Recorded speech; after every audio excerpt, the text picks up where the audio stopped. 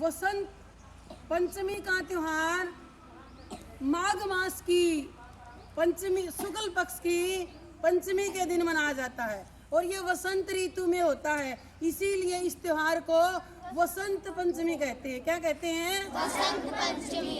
वसंत पंचमी। प्यारे विद्यार्थियों, जब ब्रह्मा जी ने सृष्टि की रचना की और उन्होंने उसके बाद देखा कि पूरे ब्रह्मांड में, पूरी प्रकृति में एक सन्नाटा है, कहीं कोई आवाज नहीं है और ऐसे तो सृष्टि का आगे चालन नहीं होगा, तो तब उन्होंने अपने कमंडल से जल के छीटा, यो जमीन पर दिया बेटा। जैसे वैसे ही 4 भुजाओं वाली सफेद वस्त्रों में एक देवी जिसका नाम सरस्वती था वो प्रकट हुई और सरस्वती देवी ने ब्रह्मा जी से पूछा कि हे देव, मेरे लिए क्या आज्ञा है। तब ब्रह्मा जी ने कहा कि इस प्रकृति में तुमने वाणी का संचार करना है, इसीलिए तुम अपनी वीणा के तारों को झंकृत करो, अपनी वीणा बजाओ।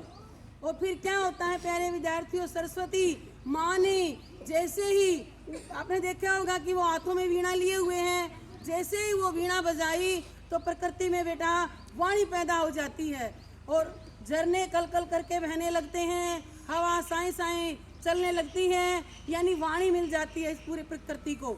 और तब एक नई स्फूर्ति, नई चेतना का संचार होता है। और हमारी सरस्वती देवी विद्या की देवी है, ज्ञान की देने वाली है। तो इस दिन बेटा वसंत पंचमी वाले दिन सरस्वती माँ का प्रादुर्भाव हुआ था, इसीलिए इस दिन को सरस्वती पूजन के रूप में भी मनाया जाता है। इस दिन माँ सरस्वती की पीले फूलों से पूजा की जाती है। पीले फूलों से ही क्यों? क्योंकि आप चारों तरफ देख रहे हैं कि सरसों के खेत बड़े खिले हुए हैं, पीले फूल हैं, पीले फूल जल्दी उपलब्ध हैं, इसीलिए माँ सरस्वती की पीले फूलों से पूजा की जाती है। पीले वस्त्र ही धारण किए जाते हैं और जो खाने में हमारा भोजन बनता है वो भी पीले रंग का ही होता है वसंत पंचमी वाले दिन। और यह किसानों का एक प्रमुख त्योहार है, क्योंकि आपने देखा कि अब फसल पकने वाली है, सरसों की फसल कुछ दिन में तैयार हो जाएगी और थोड़ा सा आगे चलते ही गेहूं की और जौ की फसल भी पक जाएगी।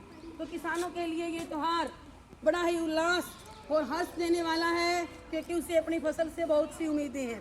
तो प्यारे विद्यार्थियों, वसंत पंचमी का त्योहार हमें बड़े ही हर्ष और उल्लास के साथ मनाना चाहिए। ये तो था बेटा वसंत पंचमी का त्योहार।